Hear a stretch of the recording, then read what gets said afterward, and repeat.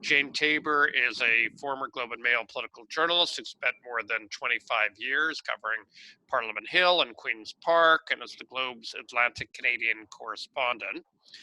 During her tenure on Parliament Hill with the Globe, Jane was also co-host of CTV's Question Period with Craig Oliver.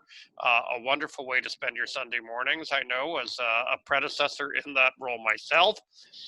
Jane has spent many, many hours, more than she can count, on campaign buses and planes, following leaders in electoral campaigns. She's interviewed the country's main political players. She's covered leadership contests, trade deals, international summits, critical parliamentary moments. Since joining National Public Relations in August 2016, Jane has specialized in media training, media relations, and speech writing. She also works on crisis communications and labor issues. She's on the board of Carleton University's Board of Governors, which is also her alma mater. She's from one of the great graduating classes of the Carleton Journalism program, as I understand it. Thank you very much for joining us today, Jane. Thanks a lot, Edward, for that introduction. I appreciate it. Of course, Edward and I were in the same class, and so that's why he's saying that. So let me get to my panel, and I'm going to keep these introductions brief because you know many of these people, and you want to hear their perspectives on education, the COVID-19 crisis, and of course immigration and economic development in this region. I live in Halifax, Nova Scotia right now, beautiful Halifax, Nova Scotia, and that's where I am today. So we just heard from David Dingwall. Of course, he's the president of Cape Breton University, former federal MP and cabinet minister, and he always fought very hard for this region when he was in the House of Commons, and I think that came through today in his remarks about what is happening at Cape Breton University in terms of international students and the immigration piece. He's joined today by Vianne Timmons, and I'd ask David to there he is. Thank you very much. And Vianne, if you could join us. He's joined by Vianne Timmons. She recently moved back in the midst of a pandemic, yes, a pandemic, to her home province of Newfoundland and Labrador, and she's taken over the leadership of Memorial University. Previously, Vianne was the president of the University of Regina. She had been there since 2008. And during her tenure, the university attained its highest ever enrollment and diversity, greater recognition for faculty work, and increased levels of external research funding. Next is Shannon Wells. Shannon, if you could unmute yourself and get on the screen, that'd be great. Shannon, like Vianne, is a proud Newfoundland and Labradorian. She's a PPF Fellow, a World Economic Forum Global Leadership Fellow, a former federal public servant, and most recently, Shannon served as Director, Impact Investing at Mars Discovery District in Toronto. And her research looks at how global trends are shaping entrepreneurship and innovation in Canada and the Atlantic region, and why new policy approaches are needed. And lastly, Sean Speer. Sean is currently Fellow in Residence and Prime Minister of Canada Fellow at the Public Policy Forum. And he's also an assistant professor at the University of Toronto's Munk School of Global Affairs and Public Policy. He previously served as a senior economic advisor to former Prime Minister Stephen Harper. And his recent research paper, People-Centric Economic Development Lessons on International Student Retention from Atlantic Canada, is recommended reading, and it will help to inform some of our discussion today. So welcome everyone, thanks for joining us. I've got the superstar panel here, and so let's get going. We heard about universities, and I want to keep with that theme, universities as catalysts for immigration, and David of course gave us some great examples of what's going on there. So Vianne, can you tell us what Memorial looks like right now in terms of international students and also retention to your province? So Memorial University has 19% of our student population is international, which is a significant number for our province. During this pandemic, we've seen a real serious impact on our international students. Many had to move out of residence. Many have lost the opportunity to do for summer employment. A lot of what David has said, we can echo in Newfoundland has been the situation for our students.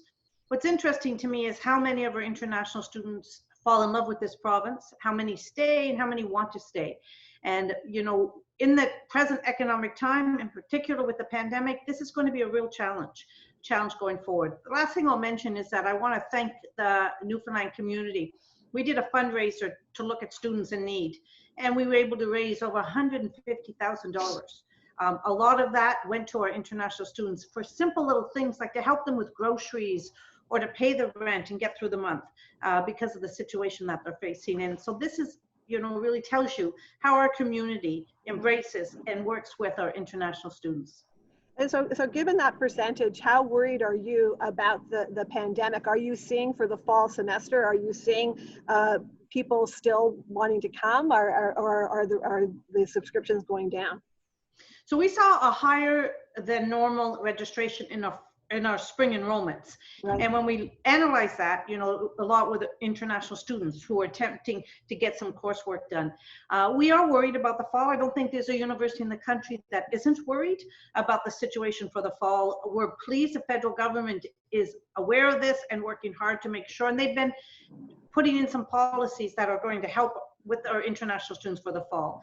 Provincially, we're working with our province on trying to get an MOU or understanding for us, and the same for David. Students who come in through Toronto, are they going to have to self-isolate in Toronto? Then are they going to have to self-isolate when they get to Newfoundland? There are all kinds of complications not being, in central Canada for our students that we have to worry about. So absolutely, we are worried.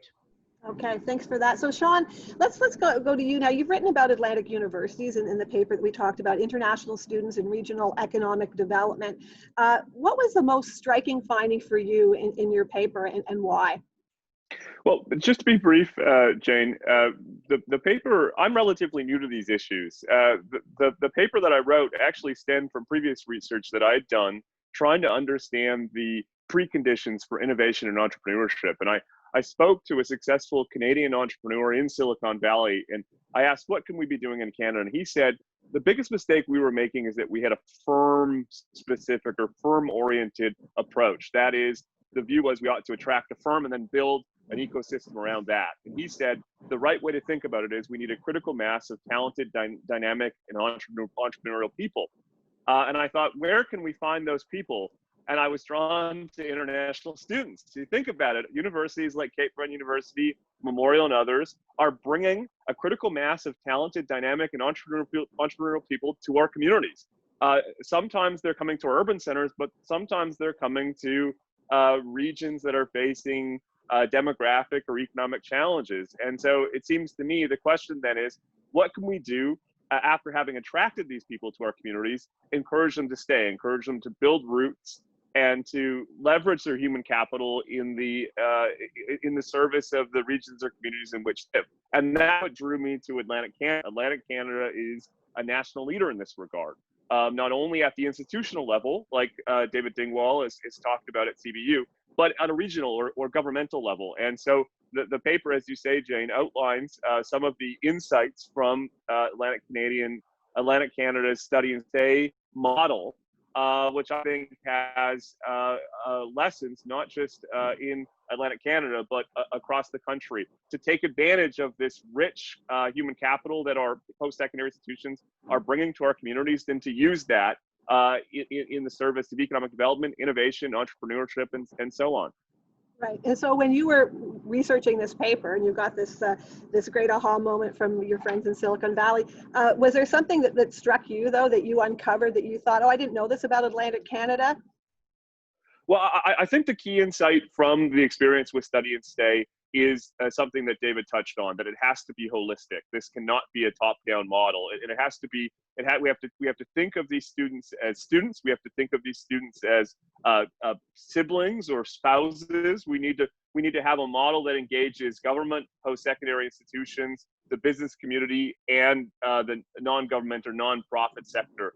That the ultimate way to get people to choose these communities as their permanent home is to build a holistic set of supports around them. And as I say, I think Atlantic Canada is doing that better than just about anyone else in the country right now. Okay, thanks for that. Let's build on that, Shannon, to you, because Sean is talking about sort of, people, not supporting, subsidizing a factory to come into a small town, but bringing in like an Elon Musk or somebody like that to create jobs.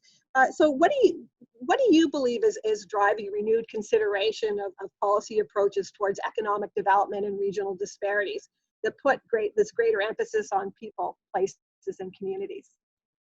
Thanks, Jane, and thanks to everyone on the panel. I'm excited to be here. And maybe I can just step back and think globally about this and kind of some of the global trends that really are driving a renewed focus on people and place. And it's not just government. I think it's global business. And this was a trend that I think was quite apparent before the current crisis, that, there's a real cultural shift happening amongst global business and investment leaders who are really rethinking the purpose of business and the role that private capital can play in supporting people in place.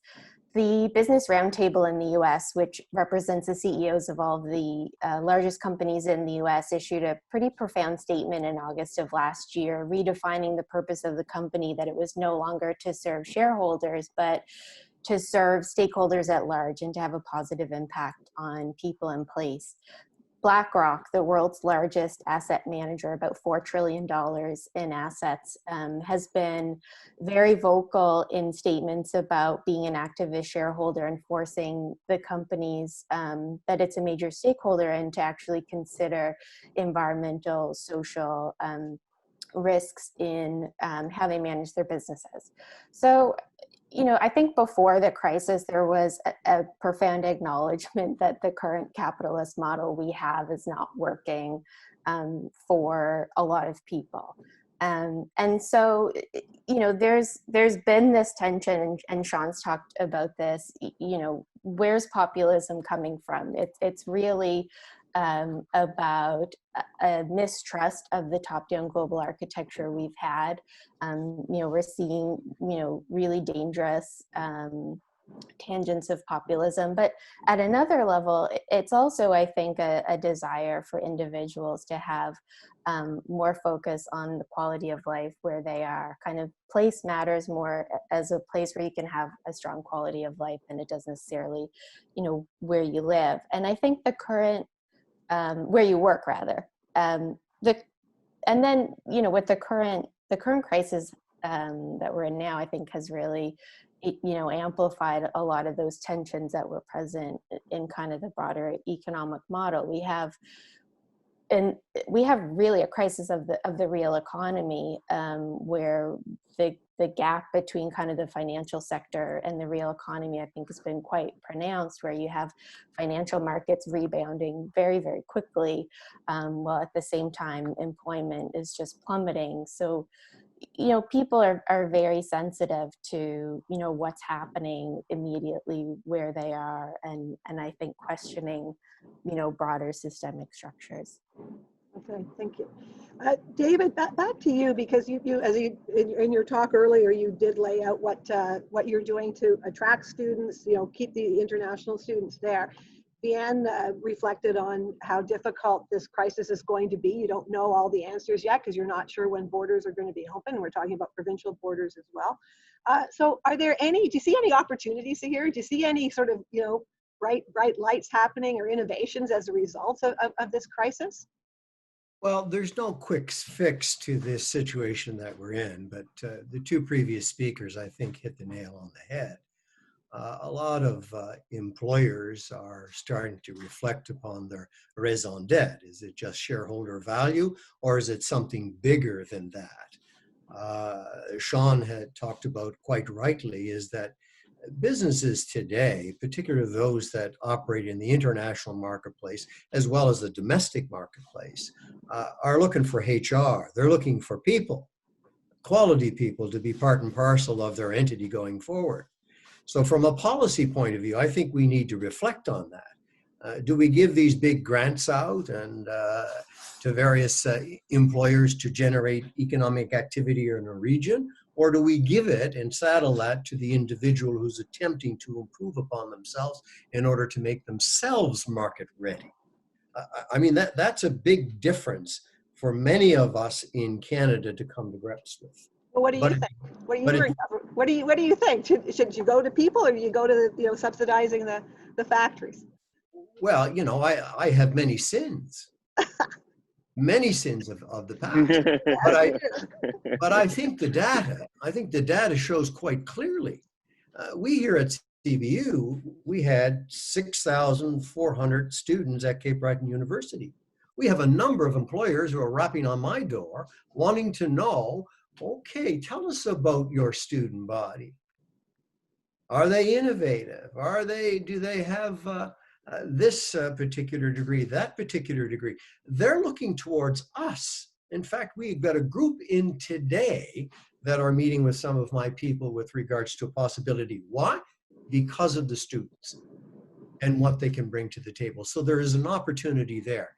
I would be lying through my teeth if I told you that I know what's going to transpire in September and in January of next year. I think we are all in awe in terms of what is likely to happen. Please do not forget this. It's the promise of Canada, not the promise of Nova Scotia, Newfoundland, New Brunswick, and PEI. It's the promise of Canada that attracts people from the world to look at us, and then it's up to us to do the deal. Yeah, and so Vianne, just for a moment to take us out of Atlantic Canada and go to the prairies, like talk about your experience at the University of Regina. Did you see the same thing? Were you having the same, enrollment from international students? And did they want to stay in Saskatchewan, or did they just flee after and go to Central Canada or go back home after they finished their studies? So during the decade that I was in Saskatchewan, I saw we had a huge increase in our student population. We went up to about the same as Memorial, 19% international. We did a survey with them. Over 80% wanted to stay in Saskatchewan. They were really committed to the province and to contributing to the economy. And I believe that the university changed the face of Regina. When you walk down the street, when you go into businesses, when you chat with people. So bringing international students to a university not only enriches the education of all of the students, it can also change the community for the better, because diversity does make us better. And I'm seeing that here in St. John's when if I'm walking down the street or I go into a local business. Not that I do very much of that, by the way, during the pandemic. But when I do, you can see international students working there alongside of Newfoundland students. And you know that for all of them involved, it's going to be better for everyone. So I think that, I over a decade, I watched the transformation of a city. A lot of it had to do with the international students that came through the University of Regina. It is what our country is built on, immigrate. My grandfather immigrated from Italy to Cape Breton, to New Waterford, Cape Breton, and he was a coal miner there. Both of my grandfathers actually were coal miners. Canada holds promise. My grandfather never knew that I became president of a university, but that's the opportunity. That's the Canadian dream, and that is there for all students. Jane, may I just follow up on that for 1 second, please? I think in recent years, as has been said, Canada has a strong record on international student attraction. Our record on retention is mixed. And I think part of that problem is that policymakers have basically left it up to post-secondary institutions. It was if their mandate wasn't just education, it was also to serve as the front line of immigration services. And the mandate of our universities is to provide people good educations. It's not necessarily to be focused on immigration services and helping people, international students, choose their communities or choose the regions. And I think one of the great insights of the Study and Stay program is to say, our post-secondary institutions, our great post-secondary institutions have brought these people to our communities. And now it has to be a common effort to encourage these people to want to choose these communities and choose the regions. We can't leave that up solely to our post-secondary institutions. In effect, they've been the door to our country for these students, and now the rest of us need to step up holistically and support our post-secondary institutions in helping these people ultimately choose our communities. I joked with you recently, Jane, that in a way I kind of liken it to Kawhi Leonard. People will remember last year the Toronto Raptors traded for Kawhi Leonard. They knew his contract was up in a year, and the hope was that his time in Toronto would ultimately have him not just win the NBA championship as he did, but ultimately choose to stay. And while it was an unsuccessful endeavor in the end, it was a holistic one. It involved the Raptors, it involved the community, it involved nonprofit organizations, it involved businesses. I think we have this huge asset in international students, and we have them for 1 year, 2 years, 4 years, 6 years, and we need to commit ourselves to making it the choice to choose our communities and choose our country as simple as possible. Yeah, Shannon, do you want to add to that? I mean, did you ever think that universities would be the sort of the catalyst for immigration to this smaller region in the Atlantic? Yeah, I think Atlantic Canada is quite unique in this regard. You know, outside Atlantic Canada, I think globally universities are really struggling with their value proposition right now and their business models, given the disruption in the education space, where students can go online to receive an education which would rival, you know, what they would be able to get in person. And I think, you know, educational institutions now, particularly, again, during the lockdown, are rethinking, you know, what can we do online and not in person. In Atlantic Canada, you know, I think it's very clear, and, you know, my conversations with folks in the university sector in the region confirm this.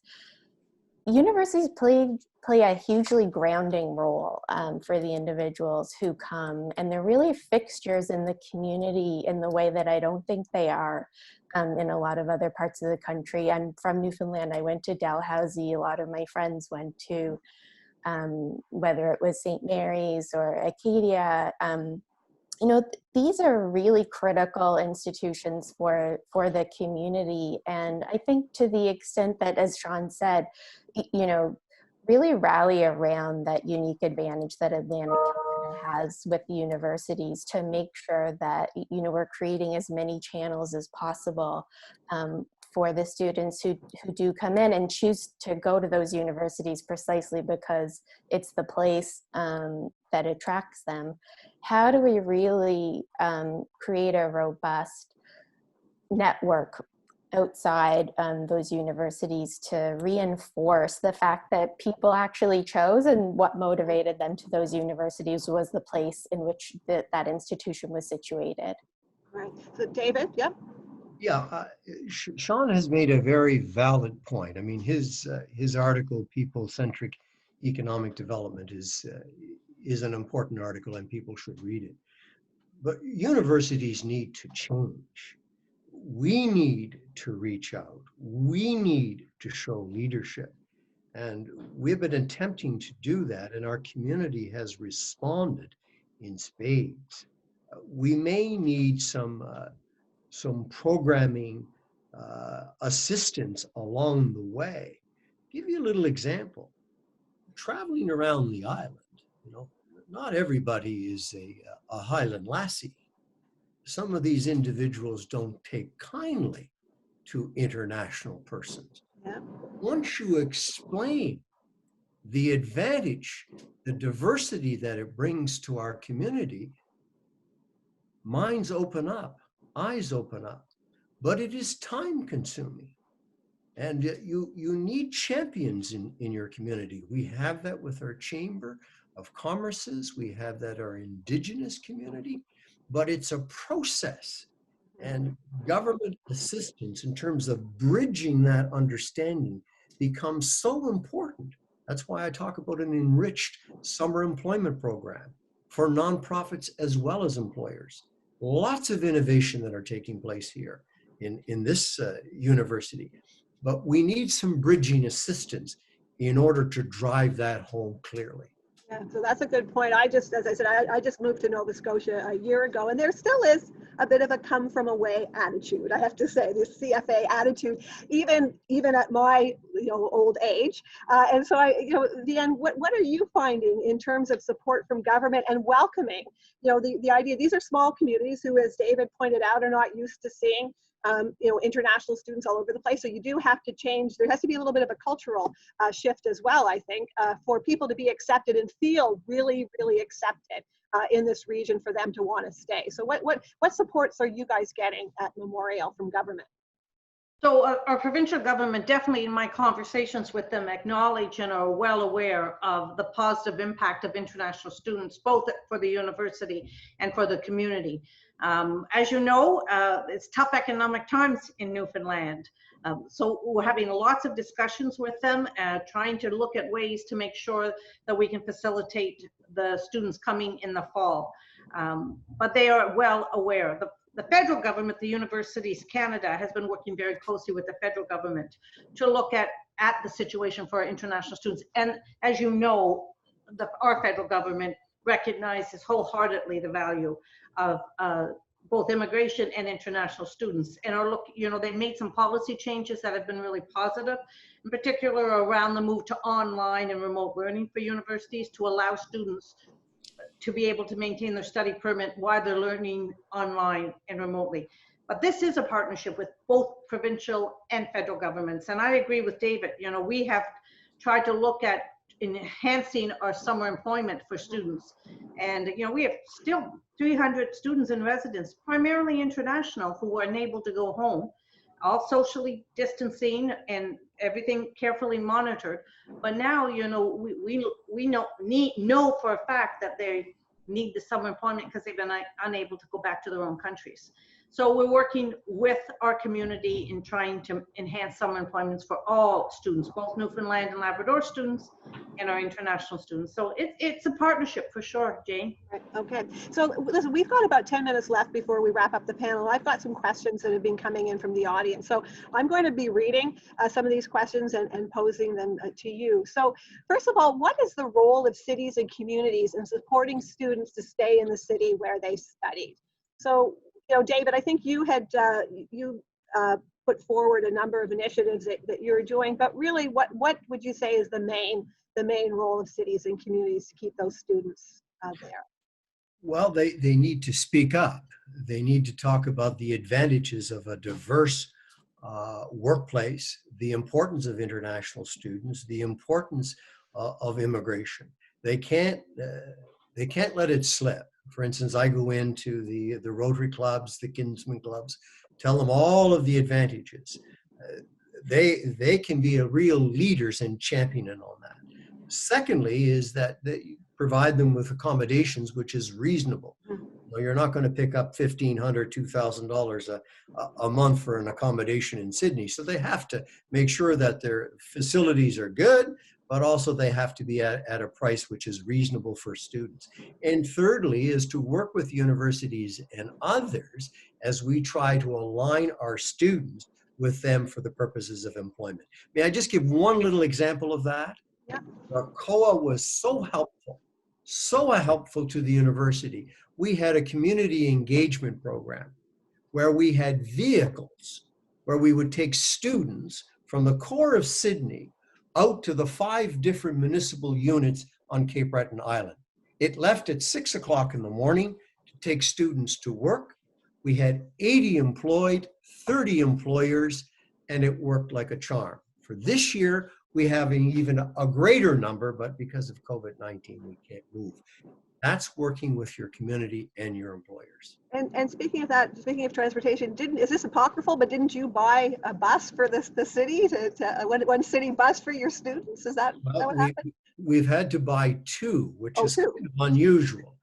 My colleague from Newfoundland will well understand this. Is that this is not the responsibility under the Constitution for the university to buy buses for transportation because we were so desperate we had to.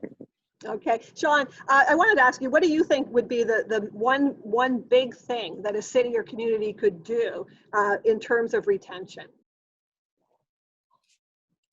Well, I'm afraid, Jane, that I don't think there is one single thing. It is the kind of connectivity that David's talking about. It's about getting students off campus and getting students engaged in the community. It's about mentorship. It's about asking a student how he or she's doing. It's about members of the community taking them out for lunch. It's about the type of employment connections that David's talking. I'm afraid the one key lesson from Study and Stay is that there is a silver bullet, that it really is at human level, that we need to think about these people and their needs as students, as spouses, as siblings, and so on, and build a program around that. That's ultimately the most successful way to cause them after their graduation to want to stay and remain as members of the community and ultimately contribute to the regional and local economy.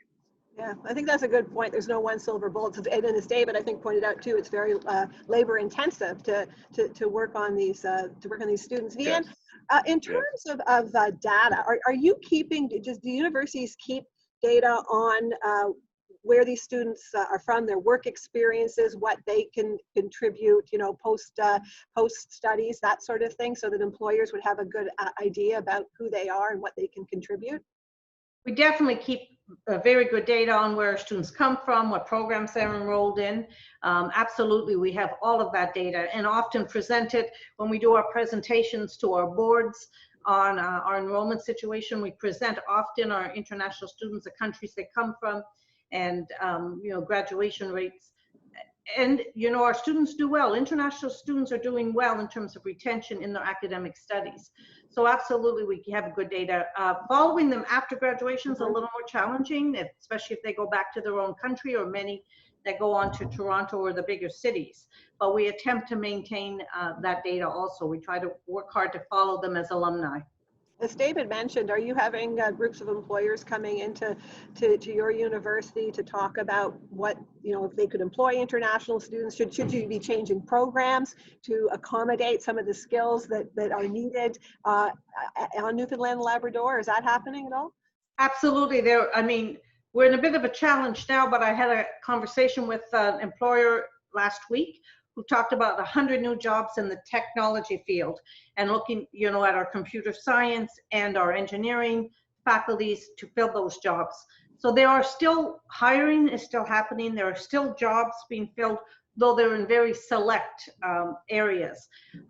Definitely, like I mentioned, when you go into the community, you will see our international students in a normal, not during a pandemic, working in the service industry, working in our community. When I came to Newfoundland for my job interviews, for example, I saw them and chatted with them in the hotel I was staying at and restaurants I went to. So there, you know, there is an opportunity for international students to work here. You know, getting careers, especially in places like Cape Breton and Newfoundland and Labrador, I mean, employment is tough for all of our students. And, you know, it's tough for everybody. And we have to try to encourage our employers to look at all of our grads. Right. Shannon, can I just get to bring you back in here? What about collaboration with government? Is it incumbent upon universities to collaborate with government? Should they be, or should government be really, you know, supporting universities even more because they are that door that is, you know, bringing in through which the international students are coming? Yeah, I think collaboration needs to happen across all sectors. It's not just between government and university, it's between government, university, the private sector, business, the charitable and nonprofit sector. And I just want to come back to the previous question on this, because I think one of the things that communities and cities can do is really to encourage entrepreneurship and really helping students, new Canadians at universities, to actually go out and create their own jobs, whether it's through community, local enterprises, or, you know, we think tech startup type entrepreneurship and innovation as well. But I think there's a lot of untapped potential in encouraging entrepreneurship at a community level. And again, so many different stakeholders in that. And to bring it back to the reality of, you know, the current economic crisis that we're in, you know, we're going to need to create new value. We're going to need to build new businesses to really jumpstart the economy. And this is true in Atlantic Canada and everywhere else. And I think that the fiscal strain that, you know, the public sector is under right now, I mean, it's unprecedented, and really leveraging every public sector dollar with as many other dollars as possible out in the private sector is going to be necessary. So, you know, initiatives like impact investing, where you're pooling, you know, public and private sector capital to invest in, you know, enterprises that are growing with benefit for community and other social and environmental objectives. I think those are the types of real innovations in terms of multi-sector collaboration involving universities, government, and others that can have a real impact. Okay, and to that point, because Shannon talked about entrepreneurship, and have you guys found that the Atlantic policy before was just focused on sort of putting the international students into certain job vacancies and not so much on entrepreneurship. And so should you guys be pivoting on that? I don't know, David, Vianne, Sean, who wants to take that one? Well, no, the government of Canada through their immigration program are not taking students, and particularly post-secondary students, and giving them jobs in the fisheries and Tim Hortons and things of that nature. They're not just there. What we need to do as a university and as a community in collaboration with these public policy is bring a lot of these collaborators together for the purposes of innovation and entrepreneurism. I mean, you have a lot of these students who come from away who are well-versed in terms of different programs and different disciplines that can bring a great deal to a discussion on innovation. We've got lots of examples from nurses participating in our innovation school here at CBU, as well as our engineering, public health, bringing them together with individuals and employers, as well as governments. The synergy is enormous. To quote Sean, this is not going to happen through mobile apps, emails, and things of that nature. You got to bring these people together and let them have a discussion. Yes, we can have the social distances that are necessary, but that's what you need to do, is put in place. And we have to be agreeable to take some risks. We're not all going to be successful in every venture. Okay, so talk about that collaboration then, Sean. How do you create those bridges of collaboration that we've been talking about to make this successful? David makes such an important point. If you evaluate these programs based on efficiency grounds, you're totally missing the point. This type of human engagement is necessarily inefficient because we need to get to know these people. We need to get to know what motivates them. We need to understand, we need to think of them, as I said earlier, as people with different needs and different preferences and different priorities. And that's where I think the work that at Munk and at CBU and elsewhere in Atlantic Canada is really a lesson for the rest of the country. We're witnessing the type of networking that David referred to earlier. We're seeing nonprofit organizations in Atlantic Canadian communities mentoring students. So in effect, getting international students off campus into the community, engaging with people not just within the institution itself, but within the broader community. That's the kind of way we're going to help these people build permanent roots and want to choose these communities. I only say this partly facetiously, but the most effective thing the government could ever do, Jane, is set up a matchmaking service, because the evidence is pretty clear. Finding a partner in these communities is one of the major factors in causing people to stay. But you take the point that this is ultimately going to have to be bottom up. And at the human level, if it's going to be ultimately successful. But, and this is the key point, if we can take our international student retention levels up from where they are now in places like Cape Breton, places like St. John, places like Thunder Bay, where I'm from, we can transform these communities and build a critical mass of talented, dynamic, and entrepreneurial people that can be the source of economic renewal. And that's why I think what these institutions are doing is so important, but now it behooves the rest of us, including policymakers across the country, to see the enormous opportunity that international students in our communities represent, if only we can build successful models around retention. Right. So, Vianne, what are you doing in St. John's? You talked about how you think the University of Regina really transformed the city when you were in Saskatchewan. So what do you see happening, or what are you hoping to do at Memorial now that you're at the helm? Well, we have now 5 innovation hubs at Memorial University that is doing exactly what Sean said. We're matchmaking, and what Shannon and both David highlighted, for our students to be able to set up companies, to be entrepreneurial, to be part of a cluster that goes forward in different areas. So Memorial has invested a great deal. Genesis, is an incubator for businesses.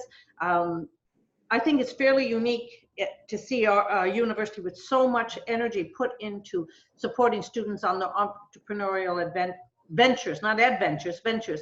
And these students that come here, these are brave, innovative students that are looking for opportunities just to leave their country and come up halfway around the world to be here. So they already come with that that risk taking, that personality, that let's go get what we need to get. So we're really seeing the students thrive in those environments. So we're doing exactly what we need to do.